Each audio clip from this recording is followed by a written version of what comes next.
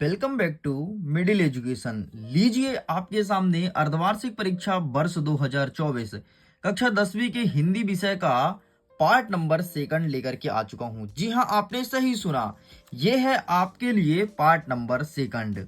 Already मैं part number first upload कर दिया हूं। अगर आपने अभी तक नहीं देखा, लिंक वीडियो के डिस्क्रिप्शन बॉक्स में है, जाइए चेकआउट कीजिए एंड पार्ट नंबर फर्स्ट को जल्दी से देख लीजिए। आपको पता है, मैं यहाँ पर जो प्रोवाइड करा रहा हूँ 100% यहाँ से क्वेश्चंस आपके एग्जाम में देखने को मिलेगा, क्योंकि यह एक अभ्यास प्रश्न है और यहाँ पर प्रीवियस ईयर के सारे क्वेश्चन रखे गए हैं। अरे एक बार तुम देखो तो सही, अरे एक बार देखो तो सही, मजा ना आए तो कहना, डेफिनेटली स्कूल के टॉपर बनने वाले हो। इतना ही नहीं, जब तुम्हें वीडियो पसंद आ जाए, तो मिडिल एजुकेशन यूट्यूब चैनल के वीडियो को लाइक करना, उसके बाद अपने दोस्तों के साथ शेयर करना, और जब तुम्हारा दिल खुश हो जाए तो चैनल को सब्सक्राइब करना, और ये घंटी है ना, घंटी जरूर टंटना देना, क्योंकि घंटी बजाते ही जैसे ही मिडिल एजुकेशन के यूट्यूब चैनल पर वीडियो अपलोड होगा, सबसे पहले नोटिफिकेशन तुम्हारे पास आएगा। अब देखो, जैसे ही तुम्हारे स्कूल में प्रश्न पत्र मिलेगा ना, तो सबसे पहले प्रश्न पत्र के निर्देश सेक्शन को तुम ध्यान से पढ़ लेना। जैसे सभी प्रश्न को हल करना अनिवार्य है। 1 से 5 तक तुमको 30 वस्तुनिष्ठ प्रश्न देखने को मिलेगा। इसके बाद 6 से लेकर के 23 तक जितने क्वेश्चन रह गए, सभी में अतिरिक्त विकल्प, अरे अतिरिक्त विकल्प मतलब एक अथवा वाला प्रश्न दिया रहेगा, ठीक है। और 6 से लेकर 17 तक 2 अंकीय प्रश्न, 18 से लेकर के 20 तक 3 अंकीय प्रश्न, और 21 से लेकर के 23 तक 4 अंकीय प्रश्न देखने को मिलेगा। तो ये रहा है आपका सिनॉप्सिस। मैं आपको बता देता हूं, ये सब कुछ मैं कंप्लीट कर दिया हूं पार्ट नंबर फर्स्ट में, बढ़िया पढ़ाया हूं मजेदार तरीके से। एक बार तुम देखो तो सही, मजा बहुत आएगा। इतना ही नहीं, इसके बाद मैं इस साइड जो आपका सेकंड पलाटी है, सेकंड पल्ला है, उधर का भी कंप्लीट कर दिया हूं। इस प्रकार से प्रश्न क्रमांक 10 तक का कंप्लीट किया हूं पीडीएफ सहित। अरे सुनो जरा, तुम यहां पर जुड़ो ना यार, सोशल मीडिया पे, फेसबुक में जुड़ोगे तो MP4 मतलब तुमको वीडियो लेक्चर देखने को मिलेगा, टेलीग्राम पर जुड़ोगे पीडीएफ मिलेगा, और इंस्टाग्राम पर 30 डेज चैलेंज मिलेगा। अब ये चैलेंज क्या होता है, तुम खुद इंस्टाग्राम पर जाकर के देख लो, वीडियो अपलोड है, टोटल फ्री में है, चैलेंज का तुम भी पार्टिसिपेट करो। तो इस प्रकार से चलिए हम शुरू करते हैं प्रश्न क्रमांक 11 से। और अगर इस अभ्यास प्रश्न के पीडीएफ को डाउनलोड करना है, लिंक डिस्क्रिप्शन बॉक्स में है, जाइए जाकर के जल्दी से पीडीएफ को डाउनलोड कर लीजिए। तो आपके सामने मैं रख रहा हूं प्रश्न क्रमांक 11 से। हमारा 11वां नंबर कहता है कि वाच्य के कितने प्रकार होते हैं, समझाइए। वाच्य को बताना है और इसके कितने कितने प्रकार हैं। तो आइए हम फटाफट दिखा देते हैं वाच्य के प्रकार को। ये रहा है आपके सामने वाच्य। तो वाच्य 3 प्रकार के होते हैं, ठीक है। कौन कौन सा? एक होता है कर्मवाच्य, दूसरा होता है कृतवाच्य, और तीसरा आपका होता है भाववाच्य। बस इतना ही लिखना है, क्योंकि प्रश्न कितने नंबर का है, प्रश्न आपका 2 नंबर का है, तो उसी के हिसाब से आंसर करना है। ये नहीं कि 2 नंबर है तुम 50 पेज लिख रहे हो, ठीक है। नेक्स्ट हमारा अथवा कह रहा है कि मात्रिक छंद की परिभाषा उदाहरण सहित बताना है कि क्या होता है मात्रिक छंद। तो आइए इस प्रश्न का भी आंसर फटाफट दिखा देते हैं। तो ये रहा मेरे सामने इसका आंसर, सॉरी आपके सामने, ठीक है। ये देखिए, मात्रिक छंद क्या होता है। मात्रिक छंद जिन छंदों में मात्राओं की गणना की जाती है उसे मात्रिक छंद कहते हैं।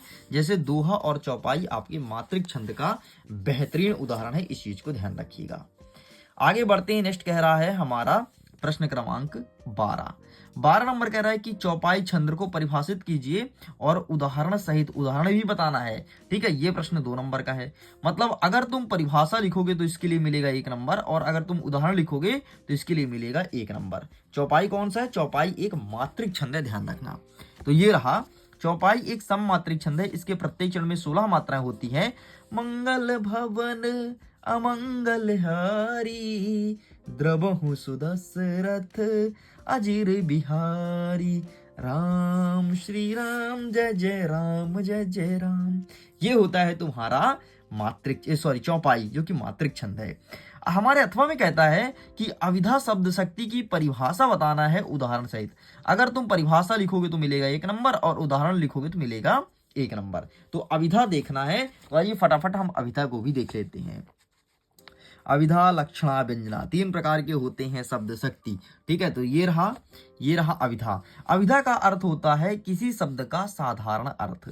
सर्वविदित है कि एक ही शब्द के कई अर्थ होते हैं, किंतु उन सभी में से एक अर्थ ही सबसे अधिक प्रचलित होता है जिसे तत्कालिक समझ लिया जाता है। अभिधा मतलब, मेरे कहने का मतलब जो आसान भाषा में निकले वही कहलाता है अभिधा। उदाहरण क्या लिखोगे? राम पानी पीता है। इसका मतलब क्या है भाई? राम जो है, राम नाम का लड़का, वो पानी पीता है। बस इतना तुमको लिखना था। आगे बढ़ते हैं। 13वां नंबर कह रहा है कि संधि और समास में 2 अंतर लिखो। ये 2 नंबर का प्रश्न है। मतलब एक अंतर लिखने पर 1 नंबर और दूसरा अंतर लिखने पर मिलेगा 2 नंबर। ठीक, तो भाई 2 अंतर लिखना है। तो आइए फटाफट हम देख लेते हैं कि संधि और समास में 2 अंतर कौन कौन से हो जाएंगे।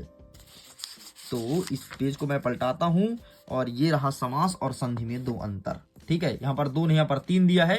तुम फोटो खींच लो और बढ़िया लिख लेना अपने हिसाब से जो तुमको ठीक लगे। चलिए साइड करते हैं। नेक्स्ट हमारे अथवा में कहता है कि महाकाव्य और खंड काव्य में अंतर लिखो। अब साहब यहाँ पर ये नहीं लिखा कि हम कितने अंतर लिखें, तो जब कभी ऐसा हो, ये ना लिखा हो, तो तुमको 2 ही अंतर लिखना, ध्यान रखना। फिर ये देखो कितने नंबर का है। अगर यही प्रश्न 3 नंबर में पूछा होता ना बेटा, तो 3 अंतर लिखना होता। ठीक है, तो आइए फटाफट इसमें भी अंतर देख लेते हैं अपन खंड काव्य और महाकाव्य में। ठीक, फटाफट ओपन करता हूं। ये रहा है आपके सामने खंड काव्य और महाकाव्य। ठीक, तो स्क्रीनशॉट ले लो। यहां पर बढ़िया मेंशन है एक चीज। ठीक, तो प्लीज टेक अ स्क्रीनशॉट। चलिए साइड करते हैं। नेक्स्ट आगे बढ़ते हैं। हमारा 14 नंबर कहता है कि दोहा छंद का परिभाषा बताना है एग्जाम्पल सहित। अभी हमने यहाँ पर चौपाई छंद देखा, अब देखेंगे दोहा छंद। आपको पता है दोहा भी सममात्रिक छंद है। ठीक है, सममात्रिक छंद है मतलब जिसमें मात्रों की संख्या बराबर होती है।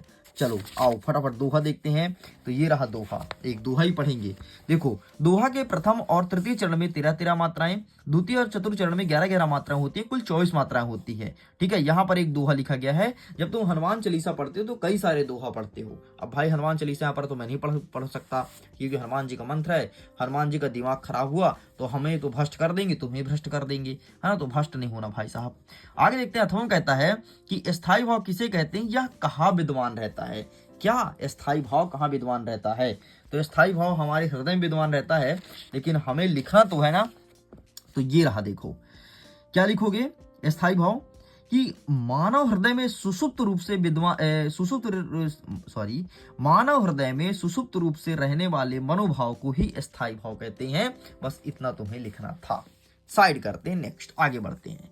15 नंबर कहता है सेनानी ना होते हुए भी चश्मे वाले को लोग कैप्टन क्यों कहते थे। मतलब ये सैनिक में नहीं था, लेकिन जो चश्मा वाला था उसे लोग कैप्टन कह करके बुलाते थे। ऐसा क्या कारण था? तो आइए इसका आंसर देखते हैं। ये रहा है आपके सामने। देखो, देश प्रेम के भाव से भरे कैप्टन चश्मे वाले के मन में देश पर बलिदान होने वालों के प्रति सम्मान का भाव था। सुभाष चंद्र बोस के मूर्ति पर उसने चश्मा जाके टंगाया था, इसलिए लोग उन्हें सेनानी कह करके बुलाते थे। आगे देखते हैं। अथवम कहता है कि भगत की पुत्रवधि उन्हें अकेले क्यों नहीं छोड़ना चाहती थी। तो इसका भी आंसर जल्दी से देख लेते हैं कि उनकी पुत्रवधि उन्हें अकेले क्यों नहीं छोड़ना चाहती थी। तो ये रहा इसका आंसर, ये रहा है आपके सामने। क्या लिखेंगे?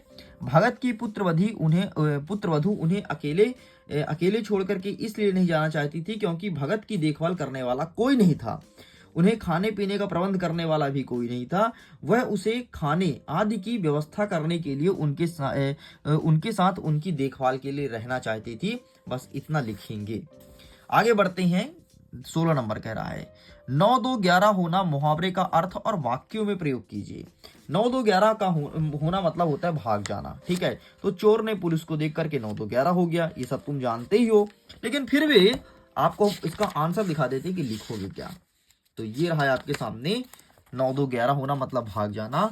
पुलिस को देख करके चोर 9 2 11 हो गया, मतलब चोर वहां से सटक लिया। ठीक है, नेक्स्ट हमारे अथवा में कहता है कि मुहावरे और लोकोक्तियों में कोई 2 अंतर बताइए। प्रश्न कितने नंबर का है? 2 नंबर का है। तो आइए मुहावरे और लोकोक्तियों में 2 अंतर देख लेते हैं फटाफट। ठीक, तो इसके लिए हमें जाना पड़ेगा अपने बुक के पेज नंबर 107 में। ये रहा, देखो मुहावरे और लोकोक्तियों में अंतर यहाँ पर मेंशन है। प्लीज फटाफट आप इसका भी स्क्रीनशॉट ले लो। चलिए साइड करते हैं, नेक्स्ट आगे बढ़ते हैं। हमारा 17 नंबर कहता है निम्नलिखित वाक्यांशों के लिए एक एक शब्द लिखिए, मतलब एक शब्द में क्या बोलते हैं। ठीक है, ये प्रश्न भी 2 नंबर का है। जैसे सब कुछ जानने वाला, इसे तो भाई सर्वज्ञ कहते हैं, जो सब कुछ जानता है उसे सर्वज्ञ कहते हैं। ठीक है, नेक्स्ट कहता है जिसका कोई आकार ना हो उसे कहते हैं निराकार। और ब्रह्मा जी को निराकार कहा जाता है, मतलब ऐसा कहते हैं कि भगवान ब्रह्मा का कोई आकार नहीं था। ठीक है, आगे बढ़ते हैं। अथवा में क्या कहता है कि काव्य की परिभाषा और उसके भेद बताना है। तो आइए फटाफट हम काव्य की परिभाषा और उसके भेद को देख लेते हैं कि क्या होता है काव्य। ठीक, तो इसका आंसर आपके सामने ये रहा। ये देखो, काव्य की परिभाषा क्या लिखना है। काव्य हमारे भावों विचारों की शाब्दिक अभिव्यक्ति है जो आनंद की अनुभूति कराने वाली होने के कारण संचरणीय है। ठीक है, और इसके भेद 2 होते हैं, एक होता है श्रव्य काव्य, दूसरा होता है दृश्य काव्य। बस इतना ही लिखना, इससे ज्यादा डिटेलिंग नहीं करनी है क्योंकि प्रश्न छोटा है ना, 2 नंबर का। आगे बढ़ते हैं, प्रश्न क्रमांक 18 कह रहा है निम्नलिखित पद्यांश का संदर्भ प्रसंग सहित भावार्थ लिखिए। मतलब सबसे पहले आपको संदर्भ लिखना है, फिर आपको प्रसंग लिखना है, फिर भावार्थ। 3 चीज लिखना है, और अगर तुम तीनों चीज लिखते हो, 1 नंबर मिलेगा संदर्भ का, दूसरा नंबर मिलेगा प्रसंग का, और तीसरा नंबर मिलेगा भावार्थ का। मतलब इस प्रकार से इसकी नंबरिंग रहने वाली है। प्रश्न क्या है, उद्धव तुम हो अति बड़ी भागी, अपरस रहत स्नेह तगानो न ही मन अनुरागी। ये प्रश्न पूछा गया है। तो आइए फटाफट मैं इसका आंसर देखता हूं। अच्छा, इसके बाद और भी क्वेश्चन है। ठीक है, उतने पर ही मत रुक जाना, ये है आगे क्वेश्चन पूरा। लेकिन मैं फटाफट इसका आंसर दिखा देता हूं कि इसका सही उत्तर आपको क्या लिखना है। ठीक, इन सब का आंसर लेकर के आया हूं, टेंशन मत लो। मैं बोला था ना प्रश्न 1 से लेकर के पूरा आंसर दूंगा, तो ये रहा भाई साहब, ये रहा प्रश्न आपका। ठीक है, यही प्रश्न पूछा गया है। अब देखो जरा इसका संदर्भ क्या लिखोगे। संदर्भ मतलब होता है कि किस पाठ से लिया गया है। तो आप क्या लिखोगे, यह पद्य हमारी पाठ्य पुस्तक के पद पाठ से लिया गया है जिसके कवि सूरदास जी हैं। अब प्रसंग में क्या लिखते हैं, जिसका जो पूरा कविता का अर्थ निकलता है उसका शॉर्ट फॉर्म लिखा जाता है प्रसंग में। देखो, कृष्ण के द्वारा भेजे गए उद्धव से गोपियां कहती हैं कि तुम तो बहुत भाग्यवान हो जो कृष्ण को पाकर भी उनके प्रेम पर नहीं बंध पाए हो। ठीक, फिर इसके बाद पूरा अर्थ लिख देना, बात खत्म। अर्थ एक बार पढ़ लोगे तुमसे बन जाएगा, एक बार पढ़ने पे बनेगा। ठीक है, ज्यादा कुछ नहीं है, केवल एक बार तुमको रीड करना है। चलो साइड करते हैं, नेक्स्ट आगे हम बढ़ते हैं। आगे हमारा नेक्स्ट प्रश्न कह रहा 19 नंबर, निम्नलिखित गद्यांश का संदर्भ प्रसंग सहित भावार्थ लिखो। मतलब संदर्भ बताना है, प्रसंग बताना है, और भावार्थ मतलब अर्थ बताना है। प्रश्न कितने नंबर का है, 3 नंबर का है। मतलब 1 नंबर आपको संदर्भ के लिए मिलेगा, 1 नंबर प्रसंग के लिए, और 1 नंबर अर्थ के लिए। इस प्रकार से 3 नंबर आपका बन जाएगा।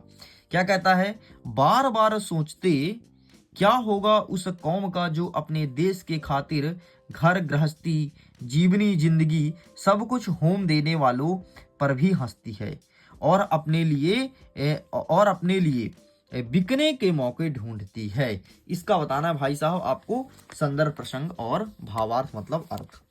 तो आइए फटाफट इसका ही मैं दिखा देता हूं कि क्या होगा सही उत्तर। 1 सेकंड जरूर रुकिएगा। हाँ, ये रहा, ये वाला पूछा है। ठीक है, ये बार वाला। ठीक है, इसका संदर्भ क्या है, तो इसका संदर्भ ऊपर लिखा गया, ये देखो। यहाँ पर कस्बे के मुख्य चौराहे पर लगाई गई नेताजी सुभाष चंद्र बोस की प्रतिमा के बारे में बताया गया है। ठीक, ये लिख देना। और इसके बाद ये देख लो, संदर्भ के बाद प्रसंग और प्रसंग के बाद व्याख्या। बस इतना तुमको लिख करके चले आना है। ठीक है, हम साइड करते हैं, नेक्स्ट आगे देखते हैं। आगे हमारा कह रहा 20वां नंबर, किसी एक, यहाँ पर क्या लिखा भाई, किसी बक विषय पर, अरे यार एक होना चाहिए, किसी एक विषय पर अनुच्छेद लिखो। जल जीवन, बेटी बचाओ बेटी पढ़ाओ, पर्यावरण संरक्षण या वन संरक्षण, और पर्यावरण प्रदूषण, इसके बारे में लिखा गया है अनुच्छेद। तो हम तो चाहते हैं तुम भैया बिटिया के ऊपर लिखो यार, बिटियों को बचाओ और बिटियों को पढ़ाओ। बचाओ मतलब बिटिया को अधिक से अधिक जन्म दो, उनको छोटे से मत मारो, और जब बिटिया जन्म ले तो बिटिया को खूब पढ़ाओ। तो हम तो यही दिखाएंगे भाई साहब, बेटी बचाओ बेटी पढ़ाओ। बाकी तुम अपने स्तर पे कुछ भी देख सकते हो। ठीक है, तो आओ बिटिया, हम तुमके लिए बेटा इतना मदद करते हैं, तुम लोग पढ़ो लिखो आगे बढ़ो, और मिडिल एजुकेशन हमेशा तुम्हारे लिए फ्री में कंटेंट देगा। ये रहा बेटी बचाओ बेटी पढ़ाओ। तो लो बिटिया बेटा अच्छे से पढ़ो लिखो। ठीक है, और आप अगर बिटिया हैं तो आपकी पढ़ाई कैसे चल रही है कमेंट सेक्शन में जरूर लिखना, ताकि हमें भी पता चले। अच्छा, बेटे ना लिखेंगे कि सर हमको बिटिया बना लो ना, अरे तुम तो बिटिया क्या बनोगे यार, तुम बेटे हो, बेटे बन के पढ़ाई करो। चलो प्रश्न क्रमांक 21 कह रहा है, निम्नलिखित गद्यांश को पढ़ करके नीचे दिए गए प्रश्नों का उत्तर दिए। ठीक है। देखो यहाँ पर गद्यांश क्या लिखा है कि प्राचीन काल में जनक महाराज विदेह में राज्य करते थे। मिथिला विदेह की राजधानी थी। मिथिला नगरी में राजमहल, आसपास कोई 1000 सन्यासियों की पर्ण कुटिया थी। मिथिला के सिंहासन पर बैठने पर भी महाराज जनक को फकीरी का शौक था। कहा जाता है कि महाराज जनक ज्ञानी थे। वे इस पढ़ राजकाज करते थे। पढ़ नहीं, यहाँ पर पढ़ होना चाहिए या फिर पर होना चाहिए। वे इस पर राजकाज करते थे मानो स्वयं परमात्मा के विनयशील सेवक हैं। सुबह से शाम तक सारे राज्य का प्रबंधन करते, शत्रुओं का पतन करते, अपराधी को दंड देते, लोक कल्याण के उपाय करते, और इतना सब कुछ करने पर भी वे किसी भी सांसारिक कार्यों में लिप्त नहीं होते थे। इसलिए लोग उन्हें विदेह जनक कहते थे। ठीक है। अब देखो विदेह की राजधानी कहाँ थी, तो पहले उत्तर लिखा है कि प्राचीन काल में जनक महाराजा विदेह में राज्य करते थे। मिथिला विदेह की राजधानी थी। ये रहा पहले लाइन में उत्तर, पहले नंबर का। ठीक, मिथिला थी तो क्या थी, मिथिला। तो भाई साहब यहाँ पर मैं मिथिला लिख देता हूं, यही राजधानी थी। नेक्स्ट कहता है राजमहल के आसपास किन लोगों की कुटिया थी। ठीक, तो इसका आंसर देखना, ये देखो सन्यासी की पर्ण कुटिया थी। तो क्या लिखोगे, सन्यासियों की। तो ये रहा आपके सामने दूसरे नंबर का उत्तर, क्या हो जाएगा, सन्यासियों की पर्ण कुटिया थी। सन्यासियों की पर्ण कुटिया थी। ठीक, सन्यासियों की। नेक्स्ट कह रहा है कि महाराजा जनक को क्या शौक था। उनका शौक क्या था, तो यहां पर देखो मिथिला के सिंहासन पर बैठने पर भी महाराजा जनक की फकीरी का शौक था। इनको फकीरी मतलब होता है कि गरीब रहना और भीख मांगना, है ना, तो फकीरी करना, ये फकीरी का शौक था। नेक्स्ट कहता है कि महाराजा जनक परमात्मा से अपना क्या संबंध रखते थे। तो इसका भी आंसर लिखा, देखो जरा, ये देखो ठीक है, ये मानो स्वयं परमात्मा से विनयशील सेवक हैं, मतलब सेवक का संबंध रखते थे कि हम परमात्मा के, ईश्वर के सेवक हैं। और अच्छे व्यक्ति भाई सेवक बनना चाहिए, भले राजा बन जाओ लेकिन इतना घमंड नहीं करना चाहिए। एंड महाराज जनक ने नहीं किया। ठीक है, इस प्रकार से भी होता है कंप्लीट। आगे कहता है 22वां नंबर, अपने प्राचार्य साहब को एक पत्र लिखो। काहे लिखना है, तो साला शुल्क मुक्ति के लिए। मतलब साहब हमारे पास पैसा नहीं है तो हमारा साला में फीस छुड़वाने का मदद करो, इसके लिए आपको पत्र लिखना है अपने प्रिंसिपल साहब को। तो आइए पत्र लिखने का तरीका दिखाते हैं। ठीक, ये देखो यहाँ पर प्रश्न दिया गया है। अब देखो इस तरह तुमको लिखना है पत्र। क्या लिखोगे, श्रीमान प्राचार्य महोदय, शासकीय उच्चतर माध्यमिक विद्यालय बिलासपुर। तुम बिलासपुर मत लिखना, तुम जहां से वो लिखना। ठीक है। विषय में क्या लिखोगे, शाला शुल्क एवं परीक्षा शुल्क से मुक्ति के संबंध में। मान्यवर, सविनय निवेदन है कि मैं आपके विद्यालय कक्षा 10वीं का छात्र हूं। मेरे पिताजी एक स्थान पर प्राइवेट नौकरी करते हैं। उनकी मासिक आय अत्यंत सीमित है। इतने कम वेतन से परिवार की रोजी रोटी की समस्या भी कठिनाइयां से हल हो पाती है। पिताजी के पास पैसे की कमी होने कारण मैं साला शुल्क देने में असमर्थ हूं। अतः आपसे हाथ जोड़ करके प्रार्थना करता हूं, आप मेरी इन परिस्थिति को दृष्टिपथ में रखते हुए साला शुल्क तथा परीक्षा शुल्क से मुक्त करने की कृपा करें। आगे क्या लिखोगे, इस विषय में जो भी साला के नियम है वह मुझे स्वीकार है। कृपया इस कृपया के लिए आपका जीवन भर आभारी रहूंगा। इस प्रकार से आपको लिखना है। चलो साइड करते हैं। नेक्स्ट हमारे अथवा में क्या कहता है कि परीक्षा काल में ध्वनि विस्तारक यंत्र पर रोक लगाने हेतु जिलाधीश मतलब कलेक्टर साहब को एक पत्र लिखो। तुमको पता है ना, दिसंबर का महीना लग गया है और अच्छा शादी हो रही है। अच्छी शादी में अच्छे अच्छे डीजे बनेंगे। डीजे वाले बाबू मेरा गाना बजा दे। तो ये जो डीजे वाले बाबू मेरा गाना बजा दे, इस गाने को रुकवाने के लिए तुमको कलेक्टर साहब मतलब जिलाधीश साहब को पत्र लिखना है कि ये डीजे वाले का बाबू रुकवा दो। नहीं अगर हमारा परीक्षा बिगड़ा कलेक्टर साहब तो अच्छा नहीं होगा, है ना। और तुम्हारा जब वार्षिक परीक्षा लेगा तब भी डीजे बजेगा। तो इस चीज को तुम्हें ध्यान रखना है और कलेक्टर साहब को एक पत्र लिखना है। तो पत्र का फोटो खींच लो, इस प्रकार से आप लिख देना। चलो साइड करते हैं, अंतिम आगे बढ़ते हैं 23वें नंबर की तरफ, जिसमें कह रहा निम्नलिखित विषयों में से किसी एक विषय पर निबंध लिखना है, वो भी 150 शब्दों में। इसका आंसर हम देखें उसके पहले मैं आपसे एक चीज अनुरोध करूंगा, अगर तुमने अभी तक पीडीएफ को डाउनलोड नहीं किया है, लिंक डिस्क्रिप्शन बॉक्स में है, जाइए जाकर के इसी अभ्यास प्रश्न पत्र के पीडीएफ को डाउनलोड कर लीजिए और खूब प्रैक्टिस करो। और सुनो, लाइक शेयर सब्सक्राइब नहीं करोगे, अरे कर लेना यार। मिडिल एजुकेशन तुम्हारा चैनल है। ये सब करने के बाद तुम अपने फायदे के लिए टेलीग्राम, फेसबुक और इंस्टाग्राम पर जरूर जुड़ना ताकि तुमको फायदा मिल पाए। एंड ये है वीडियो का एंड, फटाफट तुम देख लो कौन सा दिखा दूं बताओ? चलो मैं दिखा देता हूं अनुशासन का महत्व। ठीक है, तो ये रहा अनुशासन का महत्व। फटाफट आप इसका फोटो खींच लो और यही लिख करके चले आना। अरे छाप देना यार, एकदम एकदम से दिमाग में बैठा लो, छाप के आना। ठीक है, फोटो खींच लो। बाकी लिंक डिस्क्रिप्शन बॉक्स में पीडीएफ को डाउनलोड करो। वीडियो पसंद आए तो लाइक कीजिए, दोस्तों के साथ शेयर कीजिएगा। एंड मैं वीडियो को एंड करता हूं एग्जाम के लिए। All the best, bye bye.